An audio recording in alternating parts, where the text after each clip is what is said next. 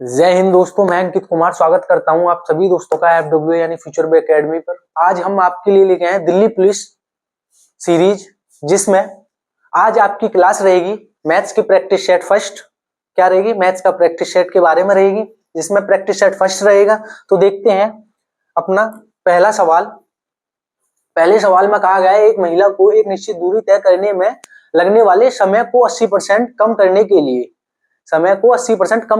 लिए अपनी कार की चाल में कितने प्रतिशत की वृद्धि करनी चाहिए उसे। तो जैसे कि मैं बताऊं, कोई महिला किसी निश्चित दूरी को तय करने में कुछ समय लेती है, तो वह उसको 80% कम करने के लिए उसको कितनी रफ्तार से जाना चाहिए, यानी कितनी कितनी अपनी चाल में वृद्धि करनी चाहिए। तो वह उसी चीज को पूछ रहा है इसमें। तो देखेंगे इसमें क्या दिया है हमें। 80% की क्या कर रहा है, वह कमी कर रहा है। किसमें? समय में, टाइम में। पहले मानेंगे, पहले उसका समय रहा होगा 100%। 80% कम करने के बाद उसका समय बचा है 20%। क्या बचा है? 20%। इसको हम अनुपात में बदलेंगे, यानी कि टाइम का अनुपात रहेगा हमारा 5। पहले 5 रहा होगा, 5:1। क्या रहा होगा पहले? 5:1। 5 से कितना कम किया था? कम करना चाह रहा है 1। अब वह चाह रहा है स्पीड में स्पीड में कितनी वृद्धि करनी चाहिए, स्पीड में कितने प्रतिशत की वृद्धि करनी चाहिए। तो जैसे कि मैं बता दूं, इस टाइम का उल्टा करेंगे तो किसका अनुपात आएगा? हमारा स्पीड का। टाइम का उल्टा करेंगे यानी 1:5। 1:5। यह क्या है? हमारी स्पीड। पहले वह उसकी स्पीड थी 1 और बढ़ाने के बाद उसकी स्पीड होगी 5। तो उसने कितनी स्पीड को बढ़ाया? उसने 4 स्पीड को बढ़ाया। कितना बढ़ाया? 4 बढ़ाया। कितना बढ़ाया? उसने अपनी स्पीड को 4 बढ़ाया। तो वह चाह रहा है इसको प्रतिशत में जानना। प्रतिशत में बदलने के लिए इसमें 100 की गुणा करेंगे तो प्रतिशत निकल के आया हमारा 400%। उसको स्पीड में वृद्धि करनी चाहिए। 400% स्पीड में वृद्धि करनी चाहिए। कितनी वृद्धि की उसने? 400% की वृद्धि की, जब जाके उसका समय कम हुआ। तो देखेंगे ऑप्शन नंबर बी हमारा राइट आंसर होगा। आगे देखते हैं अगला सवाल। अगले सवाल में कहा है 51 और 78 के बीच सभी अभाज्य संख्याओं के गुणनफल का इकाई का अंक क्या होगा। देखेंगे 51 और 78 के बीच, 51 और 78 के बीच कौन सी संख्या अभाज्य संख्याओं का गुणनफल। सबसे पहले देखें, 51 के बाद अभाज्य संख्या आती है हमारी 53। 53 के बाद आएगी 59। 59 के बाद आएगी हमारी 61। 61 के बाद आएगी हमारी 67। 67 के बाद आएगी हमारी 71। क्या आएगी? 71। 71 के बाद आएगी हमारी 73। क्या आएगी? 73। तो कुल हमारी 51 से लेके 78 तक, 51 से लेके 78 तक कितनी अभाज्य संख्या आई है? 6। तो उसने कहा इन सभी का आपस में गुणा करें तो गुणनफल का इकाई का अंक क्या आएगा। गुणनफल का इकाई का अंक क्या आएगा? तो जैसे कि मैं आपको बता दूं, इन संख्याओं के इकाई के अंक की गुणा अगली संख्या के इकाई के अंक से करेंगे। 3 की गुणा करेंगे 9 से, कितना आएगा? 27। 27 का लेंगे 7 इकाई का अंक लेंगे। उस इकाई के अंक की गुणा अगली संख्या के इकाई के अंक में करेंगे तो कितना आएगा? 7। कितना आएगा हमारा? 7। ऐसे ही उसी इकाई के अंक की गुणा अगली संख्या के इकाई के अंक में करेंगे, कितना आएगा? 9 इकाई का अंक निकल गए। फिर इकाई के अंक की गुणा अगली संख्या के इकाई के अंक से करेंगे तो कितना आएगा? 9 निकल के आएगा। उसी प्रकार आगे करेंगे, इकाई के अंक की गुणा अगली संख्या के इकाई के अंक में करेंगे तो कितना निकल के आएगा? 27। कितना आएगा? 27। अब 27 में देखेंगे हमारा इकाई का अंक क्या है। 27 में देखेंगे हमारा इकाई का अंक है क्या? 7। क्या है? 7। 7 देखेंगे, ऑप्शन नंबर सी हमारा करेक्ट आंसर रहेगा। Option number C 7 correct answer रहेगा। उस संख्या का इकाई का अंक क्या रहेगा? 7 रहेगा। आगे देखेंगे अगला सवाल। अगले सवाल में कहा गया यदि एक बक्सा 350 की हानि पर, यदि एक बक्सा 350 की हानि पर लॉस उसको कितने का हुआ है? एक बक्से पर 350। कितने का हुआ? 350। और उसने वह जो बेचा है कितने का बेचा है? 4850। कितने का बेचा है? 4850। कितने का बिका है? 4850 का बिका। हानि हुई है उसको 350 की। तो उसने कहा है तो प्रतिशत हानि ज्ञात कीजिए। वह कह रहा है इसमें हानि कितने प्रतिशत की हुई है, मतलब वह चाह रहा है 350 को 350 कितने प्रतिशत हानि हुई है। तो देखेंगे इसमें सीपी निकालेंगे। सीपी निकालने का एक फॉर्मूला है एसपी प्लस क्या हुआ, लॉस हुआ है, एसपी में जोड़ देंगे लॉस को तो क्या निकल जाएगा हमारा सीपी। एसपी क्या है हमारा 4850 प्लस 350। तो हमारा सीपी निकल के आएगा कितना आएगा? 0 0 2 और 5। कितना आएगा हमारा सीपी निकल के? 5200। अब वह चाह रहा है 350 5200 का कितना प्रतिशत है, यानी लॉस वह चाह रहा है प्रतिशत में ज्ञात करना। तो देखेंगे 350 अपॉन 5200 प्रतिशत में बदलने के लिए जैसे मैंने बताया था 100 की गुणा करेंगे। अब इसको सरल करेंगे 0 से 0 0 से 0 2 से काटेंगे 26 बार 2 से काटेंगे 75 बार। कितनी बार? 75 बार। तो देखेंगे 175 में भाग देंगे हम 26 का। कितने का भाग देंगे? 26 का। 6 से भाग देंगे 6 हासिल लगा 3 6 दूनी 12 12 और 3 होता है हमारा 15। कितना होगा? 9। इधर कितना बचा? 1। पॉइंट लगाएंगे 0 बढ़ा लेंगे, पॉइंट लगाएंगे 0 बढ़ाएंगे। कितनी बार जाएगा ये हमारा? 7 बार। कितनी बार जाएगा? 7 बार। 7 6 42 का 2 हासिल लगे 4 7 दूनी 14 14 7 दूनी 14 4 18। कितना होगा? 18। तो देखेंगे इसमें कितनी बार गया हमारा? 6.7 बार। कितनी बार गया इसमें? 175 में भाग दिया हमने 26 का। कितने का दिया? 26 का। 175 में भाग दिया हमने 26 का। तो कितना आया हमारा? 6.7%। किसमें आया? लगभग में।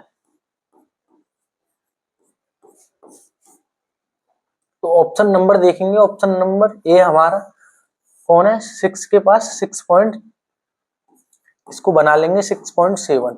ऑप्शन नंबर ए हमारा करेक्ट आंसर होगा इस सवाल का। इस ऑप्शनों में शायद टाइपिंग मिस्टेक हो गई है इसलिए इसके ऑप्शन थोड़े गलत हैं। तो ऑप्शन नंबर ए हमारा करेक्ट आंसर करेंगे इसमें। इसमें कहा है निम्न में से कौन सा सहअभाज्य संख्याओं का युग्म है? सहअभाज्य संख्याओं का युग्म है। जैसे कि मैं आपको बता दूं ऑप्शन नंबर ए 7, इसमें से कॉमन ले लेंगे 1 और 5 जो कि हमारा सहअभाज्य संख्या का युग्म नहीं है। इसमें देखेंगे 2 कॉमन ले लेंगे और 2 देखेंगे दोनों में से निकलेगा बाहर 16 और 32। तो ये भी हमारा सहअभाज्य नहीं है। अब ऑप्शन नंबर सी देखेंगे 98। 98 को के फैक्टर करेंगे। सबसे पहले करेंगे इसमें 2 से गया 2 से गया 2 से गया कितनी बार? 99 बार। फिर देखेंगे 9 से गया 9 से गया और फिर गया या 11 से। 9 से गया फिर यह 11 से। कितना होगा? 198। ऐसे ही 175 के फैक्टर करेंगे। देखेंगे पहले गया ये 5 से, फिर देखेंगे फिर 5 से, फिर देखेंगे इसको 7 से। कितने से? 7 से। तो देखेंगे इन दोनों के फैक्टरों में आपस में कोई कॉमन नहीं है, कोई कॉमन फैक्टर नहीं है इन दोनों में। तो ऑप्शन नंबर सी क्या है हमारा? ऑप्शन नंबर सी हमारा करेक्ट आंसर है। यह एक क्या है? सहअभाज्य संख्याओं का युग्म है। सहअभाज्य संख्याओं का युग्म है। सहअभाज्य संख्याओं का क्या है? युग्म है। इसमें देखेंगे इसमें क्या है? इसमें भी 3 कॉमन है। क्या है? 3 कॉमन है। क्या है? 3 कॉमन है। इसमें देखेंगे क्या है? 3 कॉमन है। नहीं, इसमें 3 कॉमन नहीं है, सॉरी। क्या है? 3 कॉमन नहीं है इसमें। इसमें कुछ और ही कॉमन है। इसे देखेंगे 3 दूनी 6, 3 इकने 3 7 21। इसमें क्या है, सीधे सीधे दिख रहा है 217 कॉमन है। क्या है, 217 कॉमन है, 217 कॉमन है, इसीलिए ऑप्शन नंबर हमारा सी राइट आंसर रहेगा। आगे देखेंगे अपना अगला सवाल। अगले सवाल में कहा है 600 मीटर की दौड़ में, 600 मीटर की दौड़ में ए ने बी को, यहाँ पे क्या आएगा, बी क्या रहेगा, बी। ये टाइपिंग मिस्टेक है, थोड़ा कोऑपरेट करना दोस्तों। 600 मीटर की दौड़ में ए ने बी को 5 सेकंड की बढ़त दी। ए ने बी को कितने सेकंड की बढ़त दी, 5 सेकंड की बढ़त दी। मतलब टाइम उसने 5 सेकंड उसको पहले दौड़ने दिया। क्या दिया, पहले दौड़ने दिया, जा दौड़ ले, बढ़त दी। और फिर भी वह 20 सेकंड से दौड़ जीत गया। फिर भी वह कितने, 20 सेकंड से दौड़ जीत गया, यानी कि 20 सेकंड फिर भी पहले पहुंच गया उस दूसरे वाले व्यक्ति से। वो पहले वाला व्यक्ति 20 सेकंड पहले पहुंच गया, और 5 मिनट की बढ़त देने के बाद, 5 सेकंड की सॉरी, फिर 20 सेकंड पहले दौड़ को जीत जाता है। तो टोटल मिला के उसका टाइम हुआ हमारा इसमें 25 सेकंड। क्या हुआ, 25 सेकंड। तो इसमें देखेंगे, उसमें कहा है तो उन दोनों का अनुपात, उन दोनों की चालों का अनुपात, थोड़ा यहाँ पे टाइपिंग मिस्टेक हुआ है। उन दोनों ए और बी की चालों का अनुपात, ए और बी की चाल, ए की चाल और बी की चाल का अनुपात यहाँ पे आएगा ए, यदि ए की चाल और बी की चाल, यहाँ पे आएगा बी की चाल का अनुपात। का अनुपात क्या है हमारा, ए की चाल और बी की चाल का अनुपात क्या है, 2 और 1। स्पीड का अनुपात दिया है उन्होंने 2:1, 2:1। टाइम का अनुपात निकाल लेंगे, जैसे कि मैंने आपको बताया था, टाइम का अनुपात या स्पीड का अनुपात आपस में एक दूसरे के अपोजिट होते हैं, उल्टे होते हैं, यानी विपरीत होते हैं। ये हो जाएगा 1:2, 1:2। तो देखेंगे इन दोनों में, देखेंगे समय में कितने का अंतर है, 1 का अंतर है।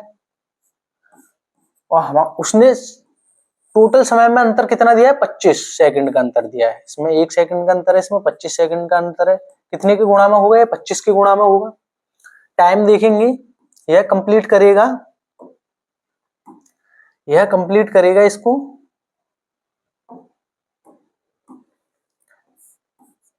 यह भी 25 के गुणा में होगा, 25 सेकंड में पूरा करेगा, 50 सॉरी कितने में, 50 सेकंड में पूरा करेगा। और ये करेगा 25 सेकंड में पूरा, कितने में, 25 सेकंड में पूरा। अब उनकी स्पीड देखेंगे, उसकी भी स्पीड भी 25 के मल्टीप्लाई में होगा। बी की स्पीड है 25 मीटर पर सेकंड की स्पीड से चलेगा, और ए की स्पीड है 50 मीटर पर सेकंड की स्पीड से। क्या है, ए की स्पीड 50 मीटर पर सेकंड की स्पीड से, और बी की स्पीड है 25 मीटर पर सेकंड की स्पीड से। तो उसने कहा है बी, उसने कहा है, ये भी यहाँ पे भी थोड़ा टाइपिंग मिस्टेक है। उसने पूछा है, उसने क्या पूछा होगा, बी की स्पीड ज्ञात कीजिए, बी का समय ज्ञात कीजिए। क्या है पूछा गया होगा इसमें, बी का कुल समय ज्ञात कीजिए, उसने पूरी दौड़ कितने समय में कंप्लीट की होगी। 600 मीटर की दौड़ है, उसने कितने समय में पूरी की होगी।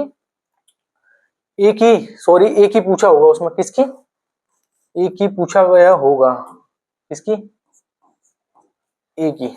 तो देखेंगे यह ए है हमारा, और यह क्या है हमारा, बी। यह ए है, यह क्या है, बी। तो ए की स्पीड है हमारी 50, क्या है 50। तो देखेंगे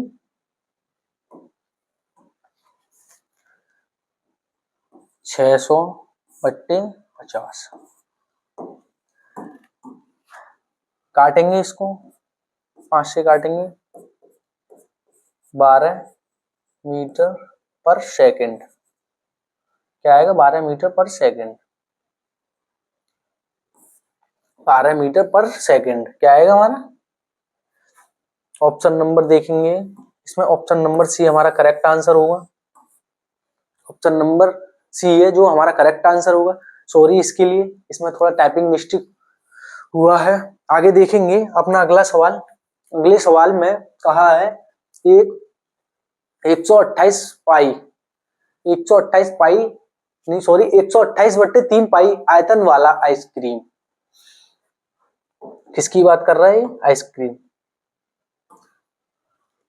आयतन वाला आइसक्रीम शंकु बनाया जाता है। क्या बनाया जा रहा है? शंकु। क्या बनाया जा रहा है? शंकु।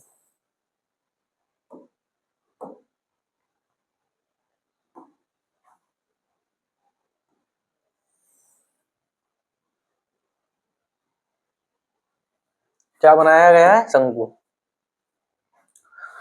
जिसमें शंकु की ऊंचाई उसकी जिसमें शंकु की ऊंचाई इसकी त्रिज्या से 2 गुनी है। शंकु की ऊंचाई त्रिज्या क्या है हमारी?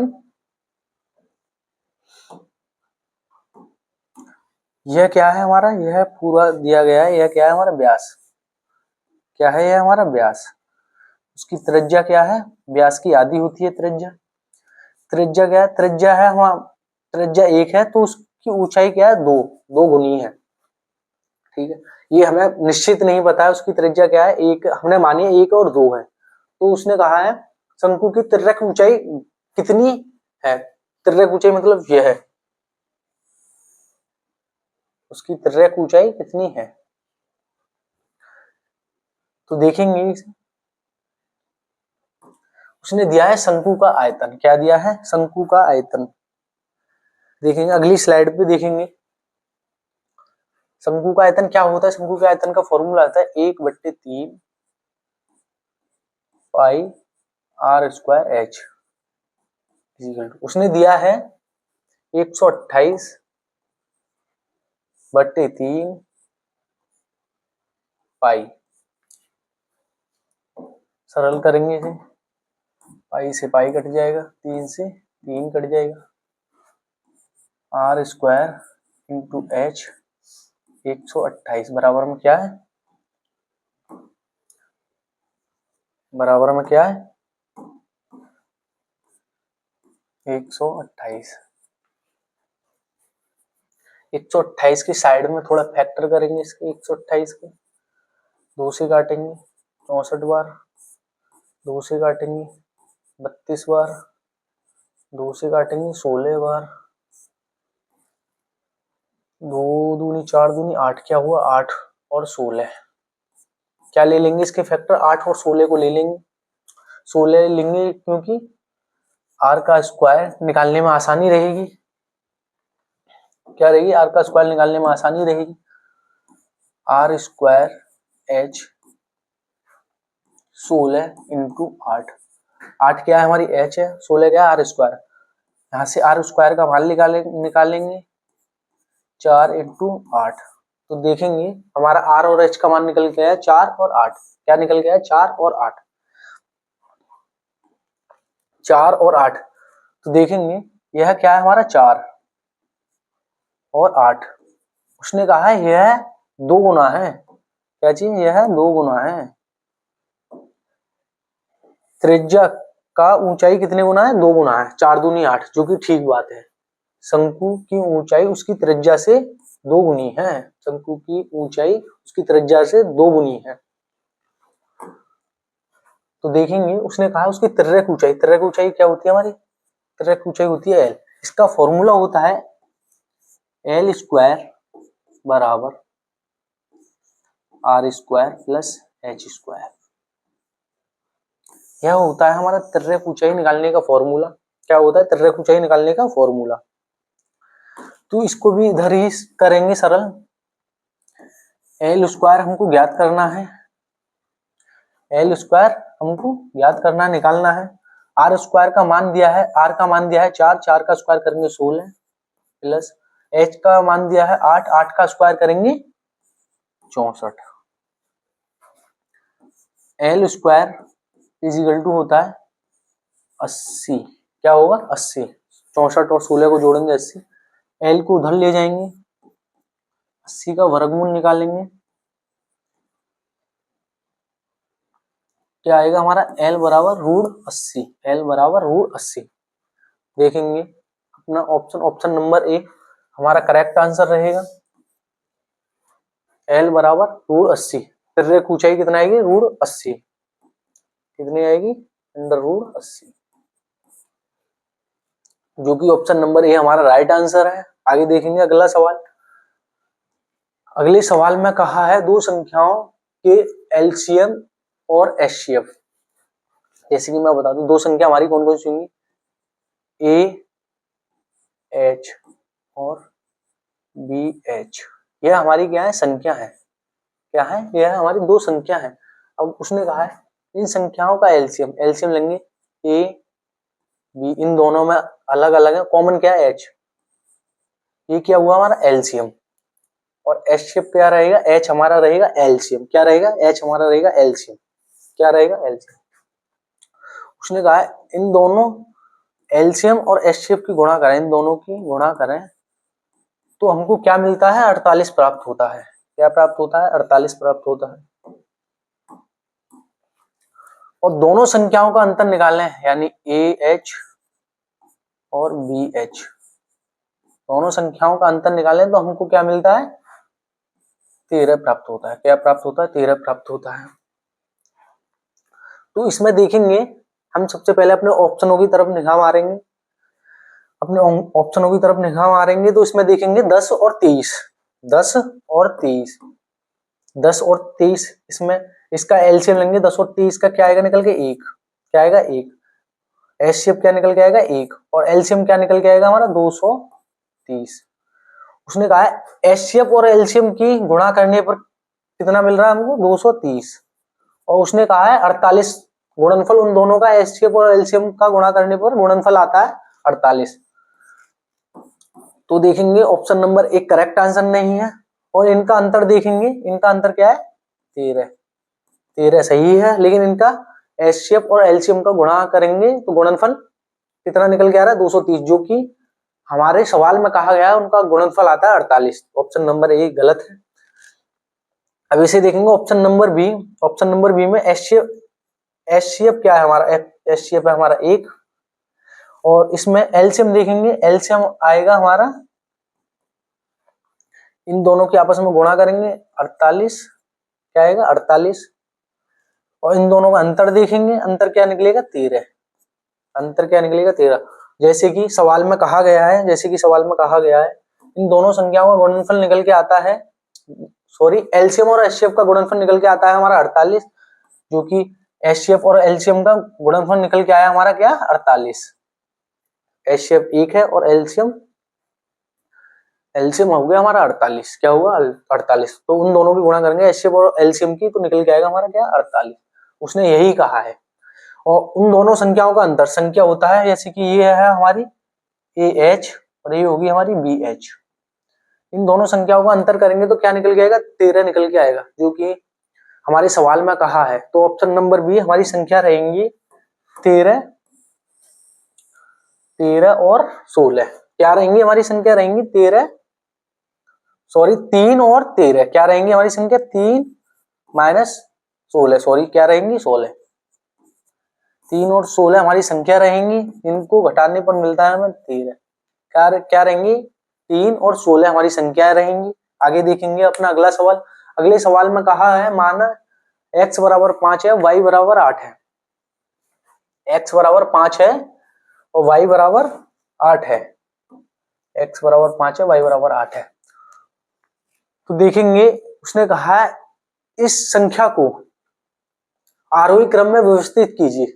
x और y के मान यहाँ पर रखने पर, x और y के मान यहाँ पर रखने पर उस संख्या को, उस श्रेणी को आरोही क्रम में व्यवस्थित कीजिए। उन संख्याओं की श्रेणी को आरोही क्रम में व्यवस्थित कीजिए। जैसे कि मैं आपको बता दूं x प्लस 1 का मान आएगा हमारा 6 आएगा। और y माइनस 1 मतलब आएगा 8 माइनस 1, 8 माइनस 1 आएगा 7, कॉमा। आगे देखेंगे 2x का मतलब होगा हमारा 10। और 2y माइनस 3, 8 दूनी 16, 16 में से 3 घटाएंगे तो कितना आएगा हमारा, 13। ऐसे ही आगे देखेंगे y प्लस 1 यानी कि 8 और 1 9, 8 और 1 9। और देखेंगे नीचे बट्टे में दिया है 2x माइनस 1, 5 दूनी 10 माइनस 1, 10 में से 1 घटाएंगे कितना बचेगा, 9। आगे करेंगे y+1 मतलब होता है 9, 8 प्लस और 1। उसके बाद कहा है 3x माइनस वाई, 3x का मतलब हुआ 15, 15 में से माइनस वाई 8, 15 में से 8 घटाएंगे तो हमारा आएगा 7। क्या आएगा? 7। अब इसको देखेंगे आरोही और अवरोही क्रम में कैसे लगाएंगे। इन नीचे वाली संख्याओं का लेंगे हम क्या, नीचे वाली संख्याओं का लेंगे हम एलसीएम। क्या लेंगे? एलसीएम लेंगे। 7 लेंगे सबसे पहले, क्या लेंगे? 7 लेंगे। उसके बाद 13 हो जाएगा, 13 हो जाएगा। 9 से 9 कट जाएगा, क्या आएगा हमारा? 1।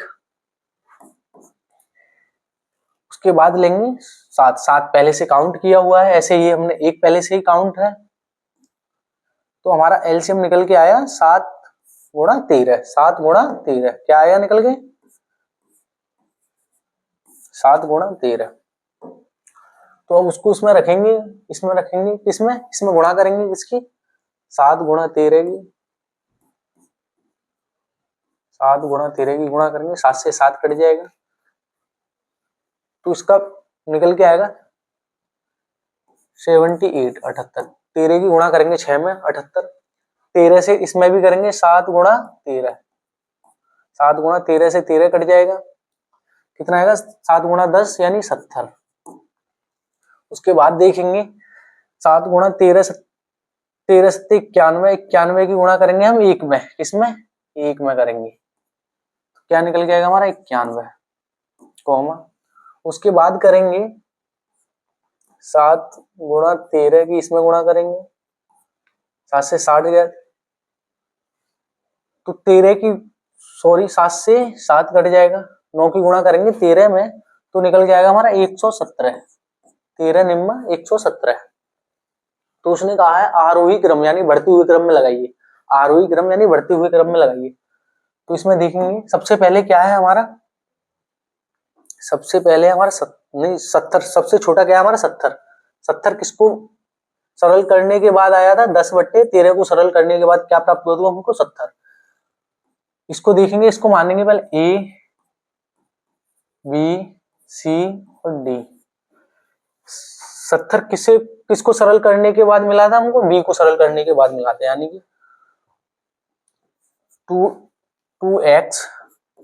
2x upon 2y minus 3।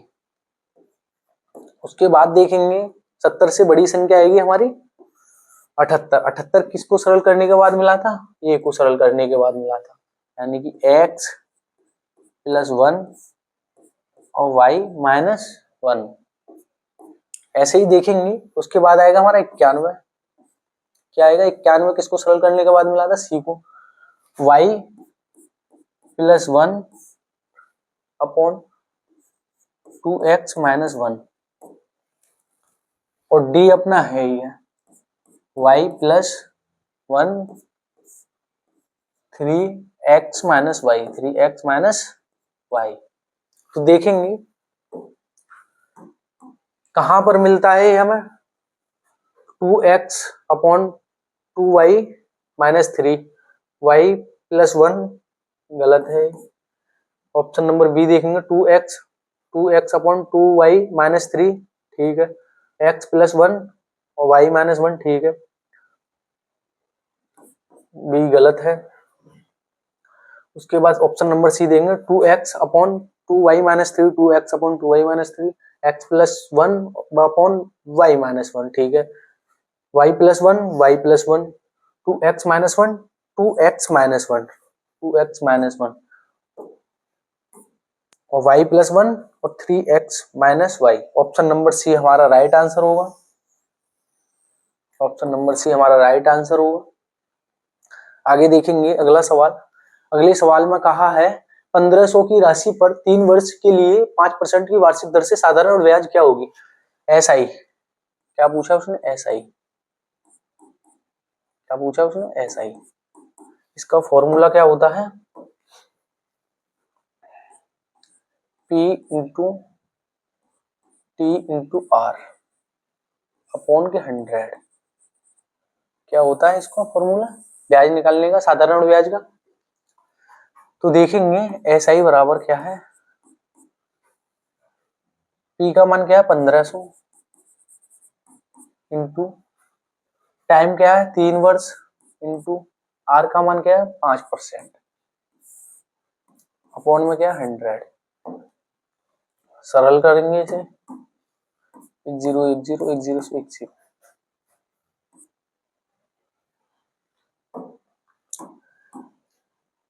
क्या था यहाँ पे 1500 अपॉन 1,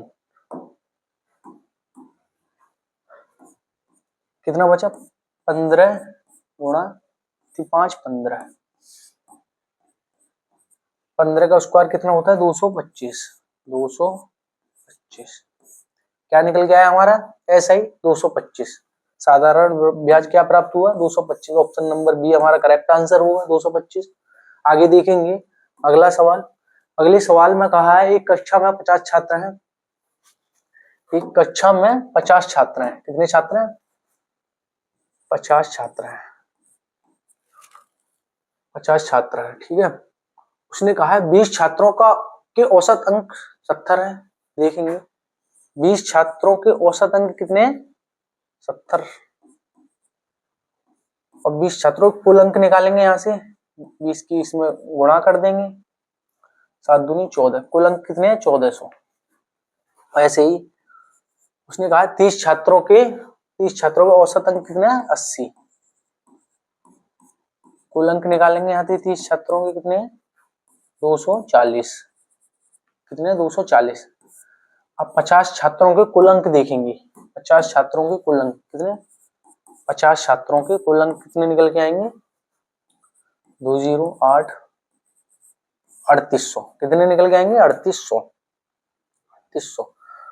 तो 50 छात्रों का औसत निकालेंगे। उसने क्या पूछा है पूरी कक्षा का औसत, क्या पूछा पूरी कक्षा का औसत अंक ज्ञात कीजिए 3800।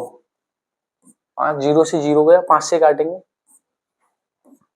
औसत निकल के आएगा हमारा 5 7 35, इधर क्या चला गया 3 चला गया, 5 6 30, कितना निकल के आया हमारा 76।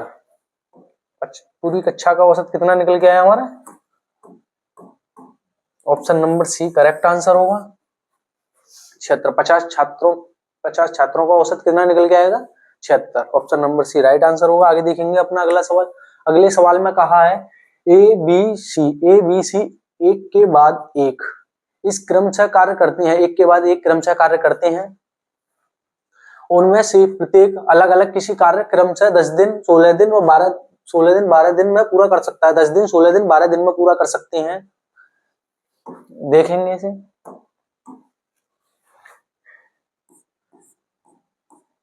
ए करता है हमारा 10 दिन में,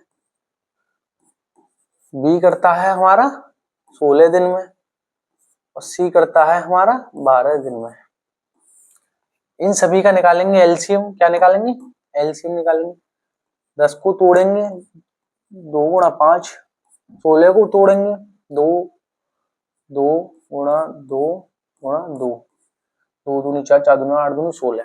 उसके बाद 12 को तोड़ेंगे 4 तिया 12, 4 और 3 कितना हुआ 12।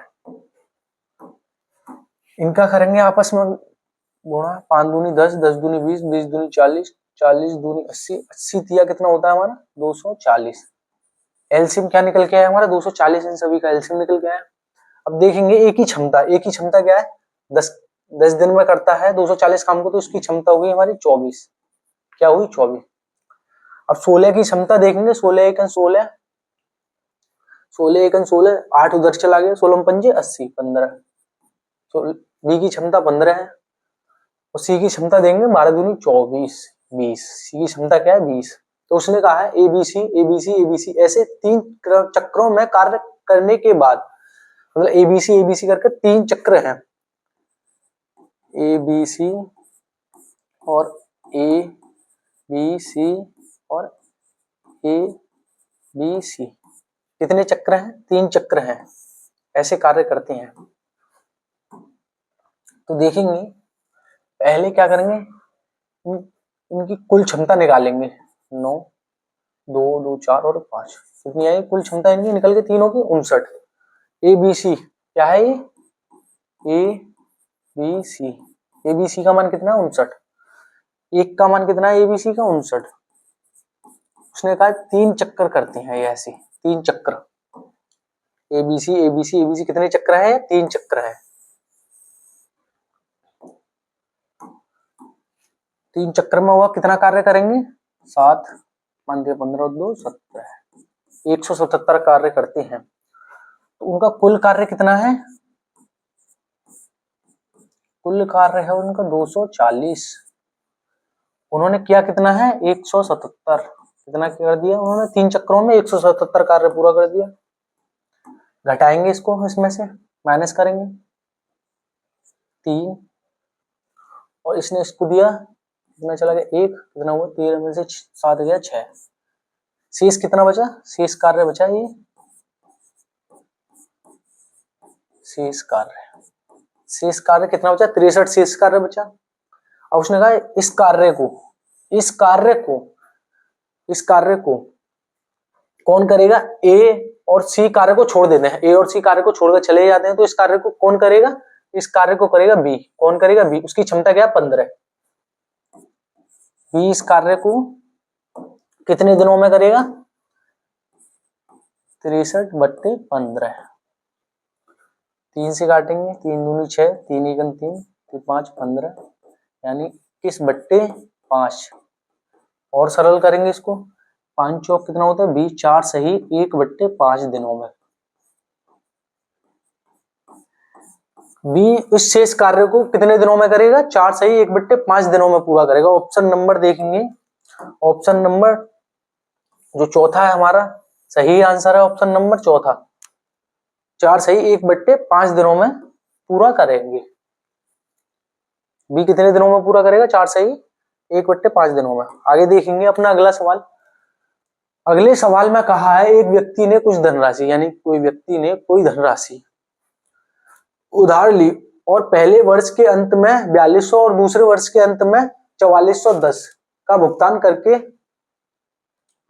उसकी ब्याज और उसको देकर सहमत हुआ, मतलब उसको संतुष्टि हुई, उसका पैसा देके और उसकी ब्याज देकर क्या हुआ सहमत हुआ। यहाँ पे थोड़ी टाइपिंग मिस्टेक है दोस्तों। यदि चक्रवृद्धि ब्याज की दर 5% है, चक्रवृद्धि ब्याज की दर कितनी है 5% है। चक्रवृद्धि ब्याज की दर कितनी है 5%। तो उधार ली गई राशि ज्ञात कीजिए, उधार ली गई राशि ज्ञात कीजिए, मतलब उसने कितने रुपए किसी से लिए थे, उसने कितने रुपए किसी से लिए थे। तो जैसे कि मैं आपको बता दूं इसमें क्या पहले वर्ष में इतने देता है और दूसरे वर्ष में वह इतने रुपए देता है, ठीक है। तो इसमें एक फॉर्मूला होता है P बराबर मूलधन ज्ञात करने का, क्या मूलधन ज्ञात करने का P बराबर A/1 प्लस R/100 यह होता है T, क्या होता है यह फॉर्मूला होता है इसमें। तो देखेंगे सबसे पहले उसका मिश्र धन उसको कितने रुपए दे देता है, वो 42 रुपए देता है ब्याज लगा के। 4200/1 प्लस R का मान है 5/100, T का मान क्या है, T का मान है 1। इसको कितने पहली साल में देता है, इतने रुपए कब देता है पहली साल में देता है। तो सरल करेंगे इसको 4200/105 100 ऊपर चला जाएगा।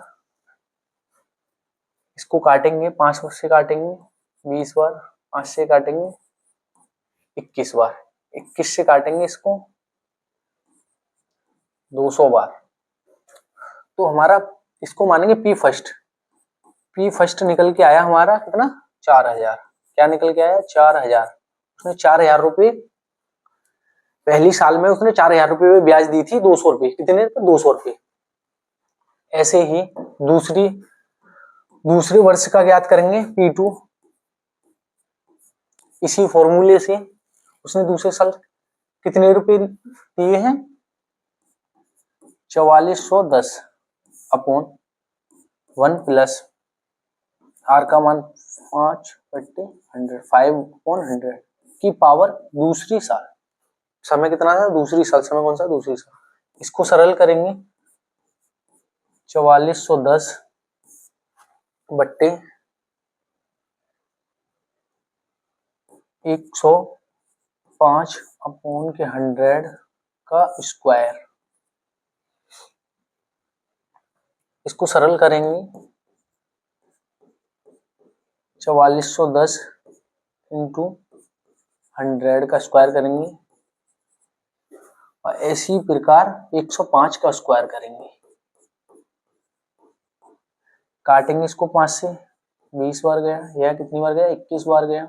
इसको काटेंगे 21 बार गया। इसको काटेंगे कितनी बार? 20 बार गया। 21 का स्क्वायर कितना होता है? 21 से इसको काटेंगे, 21 का स्क्वायर होता है हमारा 410। कितना होता है? 410। कितनी बार गया? 10 बार। 21 का स्क्वायर कितना होता है? 410। कितना होता है? 410। कितनी बार गया? 10 बार गया। तो इसमें P2 का मान निकल के आया हमारा 10 गुणा 20 गुणा 20। P2 का मान है इसमें 2 दूनी 4 और पीछे कितनी जीरो? 3 जीरो है।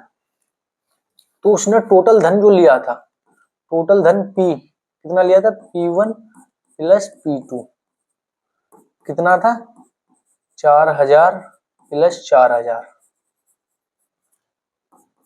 कुल धन कितना था इसका? 8000 रुपए उसने लिए थे। किसी व्यक्ति से कितने रुपए उधार लिए थे? 8000 रुपए उधार लिए थे। ऑप्शन नंबर डी हमारा करेक्ट आंसर रहेगा। कितने रुपए लिए थे? 8000 रुपए लिए थे। आगे देखेंगे अपना अगला सवाल। अगले सवाल में कहा है एक दुकानदार एक वस्तु पर क्रय मूल्य से 35% अधिक मूल्य अंकित करता है। क्या करता है? अधिक अंकित करता है, मूल्य अंकित करता है। जैसे कि सीपी और एमपी। सीपी और एमपी माना सीपी कितना? 100 है। सीपी पर कितने % अधिक अंकित करता है? वो अधिक करता है 35% अधिक मूल्य अंकित करता है। और अंकित मूल्य पर क्या कहा है आगे?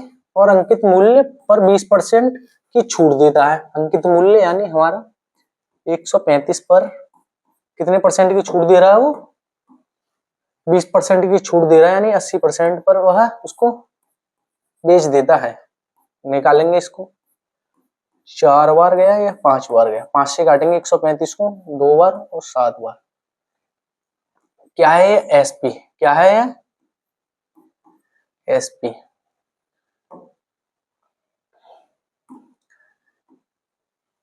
तो देखेंगे एसपी कितना निकल के आया हमारा। एसपी निकल के आया हमारा 27 चौका कितने होता है? 27 चौका होता है हमारा 108। कितना होता है? 108। और सीपी क्या था हमारा? सीपी था 100। कितने का फायदा हुआ उसको? 8 का फायदा हुआ। कितने का? 8 का फायदा हुआ। कितने पर? 100 पर। कितने % का प्रॉफिट हुआ उसे? 8% का उसको लाभ हुआ। 8% का लाभ हुआ। वो यही जानना चाह रहा है उसका लाभ प्रतिशत क्या है। उसका लाभ प्रतिशत क्या है? तो ऑप्शन नंबर सी हमारा करेक्ट आंसर रहेगा। 8% का उसको लाभ हुआ। Option number C. आगे देखेंगे अगला सवाल। अगले सवाल में कहा है, क्या कहा है? 15% की कमी के बाद, 15% की कमी के बाद अजय की आय इतनी है। कितनी है? 2,12,500 है।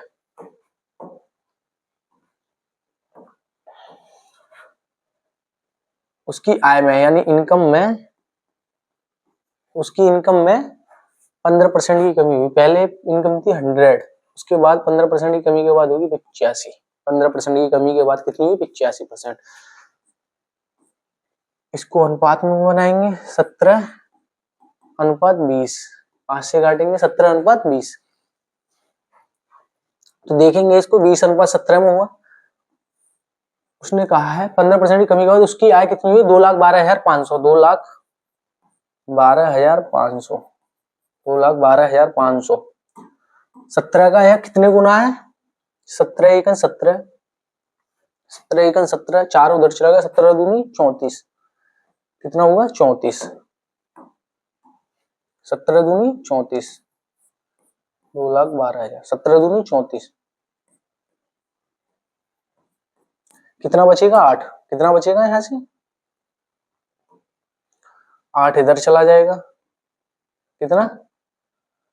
8 किधर चला जाएगा? 8 इधर चला जाएगा, इधर कितना हो गया? 85, 17 पंजे 85, ना यानी कि 2 जीरो है ही। क्या चीज?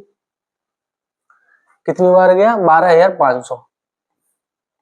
तो हमारा जो पहले उसकी इनकम थी कितनी थी? कितने गुना हो जाएगी? वह भी 12,500 गुना हो जाएगी। कितनी होगी देखेंगे। 20 की गुणा करेंगे, 2 जीरो, 1 जीरो उसमें है, 2 की गुणा 5 में करेंगे, 1 जीरो और आ जाएगी इसमें, 2 दूनी 4 और 1 5, 2 एकम 2, कितनी हुई? 2,50,000। उसकी इनकम पहले कितनी थी? 2,50,000 पहले उसकी इनकम थी, जो कि 15%, जो कि 15% की कमी होने के बाद 2,12,500 हुई थी। पहले उसकी इनकम कितनी थी? 2,50,000। तो ऑप्शन नंबर ए देखेंगे, 2,50,000 उसकी पहले कितनी इनकम थी? 2,50,000 रुपए कमाता था वो, 2,50,000। आगे देखेंगे अपना अगला सवाल। अगले सवाल में कहा है एक शंकु की तिर्यक ऊंचाई, शंकु की तिर्यक ऊंचाई, यहां देखेंगे शंकु बनाएंगे, शंकु की तिर्यक ऊंचाई,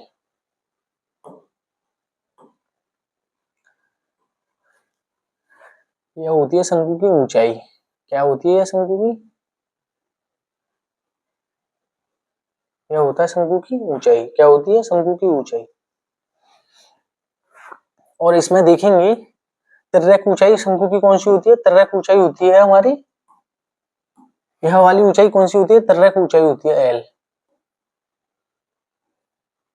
किससे दर्शाते हैं उसको? एल से दर्शाते हैं। और इसका व्यास क्या है? उसका आधार उसका व्यास कहलाता है। त्रिज्या क्या है? व्यास का आधा त्रिज्या कहलाती है। व्यास की आधी क्या कहलाती है? त्रिज्या कहलाती है। तो इसमें देखेंगे उसने क्या कहा, ऊंचाई, तिर्यक ऊंचाई कितनी है? 5। यह कितनी है? 5 है। और व्यास है हमारा कितना? 8 सेंटीमीटर। त्रिज्या हो जाएगी 4 सेंटीमीटर, त्रिज्या हो जाएगी 4 सेंटीमीटर। उसने पूछा है शंकु का आयतन ज्ञात कीजिए दशमलव के 2 स्थानों तक, दशमलव के 2 स्थानों तक। आयतन का उसका फॉर्मूला होता है, आयतन फॉर्मूला होता है 1/3 पाई आर स्क्वायर एच। क्या होता है आयतन का formula? 1/3 pi r square h. क्या होता है?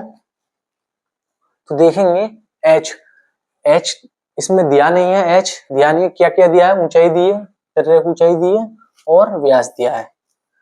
एच को निकालेंगे इसमें, उसके लिए एक फॉर्मूला और होता है, एल स्क्वायर बराबर आर स्क्वायर प्लस के एच स्क्वायर। ये तिर्यक ऊंचाई निकालने का फॉर्मूला है। तो देखेंगे एल क्या है हमें ज्ञात करना है, आर का मान कितना है? आर और एच, एच हमको ज्ञात करना है, आर का मान कितना है? 4। 4 का स्क्वायर करेंगे 16 प्लस एच का हमको ज्ञात करना है, एच हमें क्या करना है? ज्ञात करना है, यानी एल का मान उसने दिया है। एल का मान कितना है? 5 का स्क्वायर, 5 का स्क्वायर करेंगे और एच स्क्वायर हमको ज्ञात करना है, एच का मान। 5 का स्क्वायर कितना होता है हमारा? 25। 5 का स्क्वायर कितना होता है हमारा? 25। कितना होता है? 25।